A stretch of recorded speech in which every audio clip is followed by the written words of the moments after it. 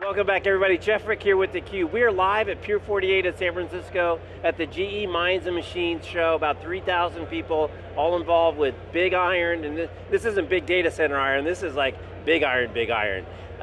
We've talked to a lot of GE folks, but we're really excited to have a practitioner on, who's basically taken the leap of faith in this whole world, and so we'd love to welcome Susan Landahl, an SVP at Exelon Generation. That's right. Welcome. Thank you.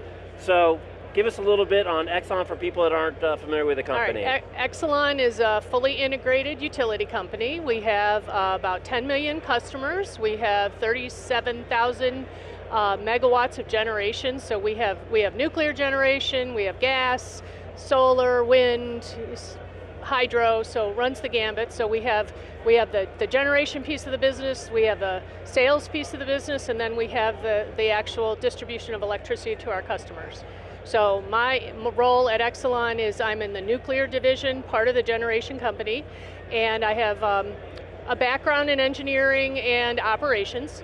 And my current role, one of my responsibilities is to be the lead executive for innovation within the nuclear organization. So that's why I'm here, and that's why I'm involved with GE and Predix. So were you in that role when the nuclear generation was kind of growing? Yes, I've been almost 30 years in nuclear power of one type or another. I've worked for Exelon for 17 years, so I've run our plants and been in a number of senior positions there. So I really come from that engineering operations background, but now I'm in the new world of digital technology, which is pretty different than the world I grew up in. So big announcement, we heard from Ganesh earlier today that you guys signed a strategic deal that you're going to be basically buying GE software, right? That's right, that's right. I mean, you probably already own a bunch of their physical plant. We do.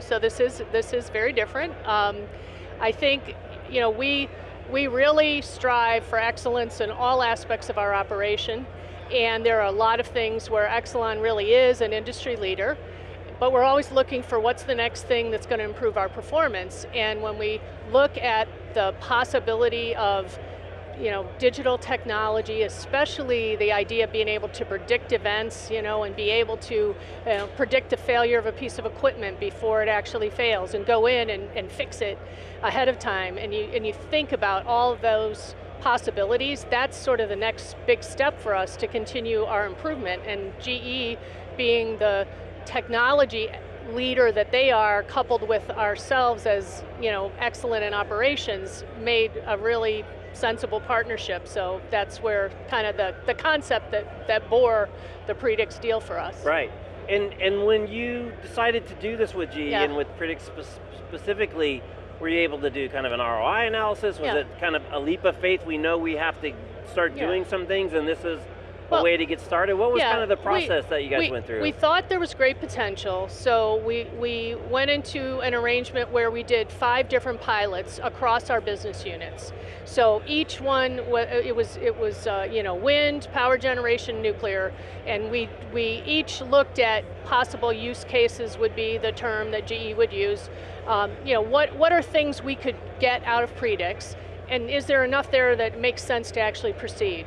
So through that pilot process, we saw some real value that we've already been able to recognize, and then we saw some huge potential going forward. So the decision to actually enter into the agreement was really based on the results of those pilots really bearing fruit and saying, hey, this has great potential to take our performance in terms of efficiency in particular to the next level. Right, and then you'll actually implement it through a series of specific projects. That's right. And then, so once we're pursuing each of the pilots, and in some cases they will clearly, kind of get finalized, and then we'll roll them out. Like in the case of our nuclear fleet, if we implement a program at a particular site and it works, then we're just going to roll it through the rest of the fleet, so we'll get that benefit.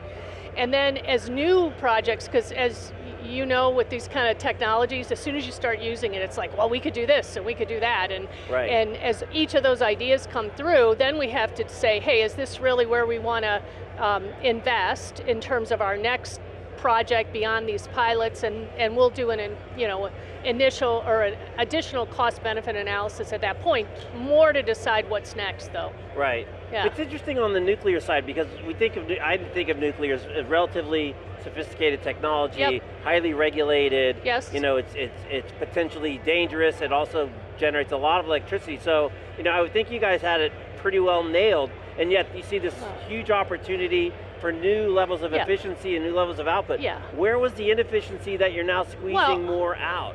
We have focused very much on safety and reliability, and we have an excellent safety record and an excellent reliability record. At Exelon, for the past 10 years, our capacity factor, so the percentage of time our plants are running, consistently 93, 94%, which is the best in the industry. So we think from a safety and reliability perspective, we were doing very well, but there's always ways to be more efficient. Can we collect a lot of data? Can we use it to be even more reliable, even more efficient with the people that run our plants and make their jobs easier, as well as make the actual output of their work more effective. So in nuclear, it's really more around the efficiency, and we are the lowest cost generator in the country, but we're always looking to be better, and especially if it makes people's lives easier at the same time. Right, right.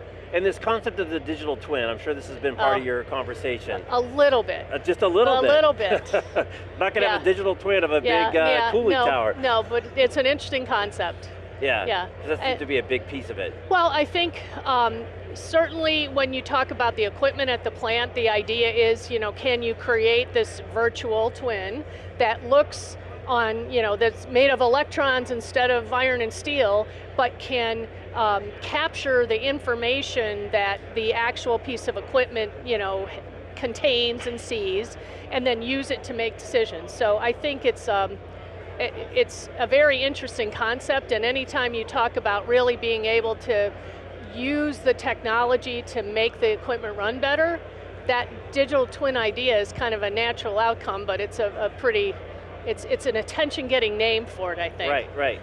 I'm just curious for your perspective as the energy landscape just seems to be changing so dramatically now, and you've been in the business for a long time. And again, nuclear, I grew up in Portland, so the Trojan plant was, we used to take field trips when I was in school.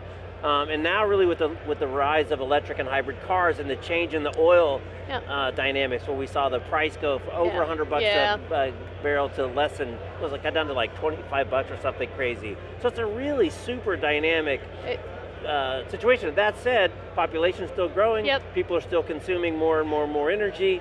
It's a pretty complicated environment. It is complicated, and I think, on the customer side, our customers are much more demanding. The old-fashioned utility, just get your bill, that doesn't fly anymore. We want to be the utility of the future for our customers and really be modern in how we interact with them and the services we provide so that they can make more efficient use of their electricity. And I think, over time, you look at any industry, it kind of ebbs and flows, and we're you continue to look at that, but while you have all that information, from a generation perspective, we really focus on that safety and reliability. Right. We want to be there 24/7, to make sure that we're providing the electricity that our customers need, and that we're doing it safely and reliably day in, day out. And if we can be more efficient along the way, then we're going to enter in these kind of partnerships to do that. But it can be a complex business, but we got a lot of terrific people that work in it, and we'll figure it out as we, learn these new technologies. I think it's really exciting. And you're kind of like the refs, right? You don't want anyone to really know you're in the game. That means everything's going smoothly. I just was thinking, wasn't that long ago in California, we were having these massive brownouts, scheduled brownouts, and it suddenly throws into focus that it's a big, complex system that delivers our power to us that we plug in, and the presumption is it's there. It is, but I think the more people understand it, the smarter they get about where their electricity comes from and what are the decisions that different states are making. But there were no brownouts in Illinois or Pennsylvania or Washington D.C., so I could tell you that much. Those are your areas. Yes, primarily. Absolutely. Okay, so Susan, before we let you go, as you kind of look forward and you come to an event like this, 3,000 people, it's all about the technology surrounding the infrastructure and the power generation. What are your kind of impressions? What are you looking forward to? What will we be talking about a year from now, 2 years from now at this show? Well, I really think that this field is changing exponentially.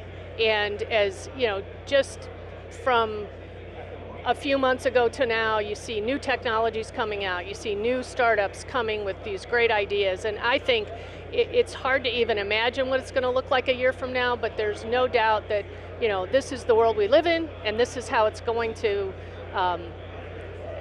this is how it's going to be. So we want to be, at the forefront of understanding that and being able to take advantage of it. But I think it's really exciting. I've learned a lot just being here in a day and a half, and I think it's been a really exciting conference. And the Cubs won. And the Cubs won, yes. All right. Go Cubs.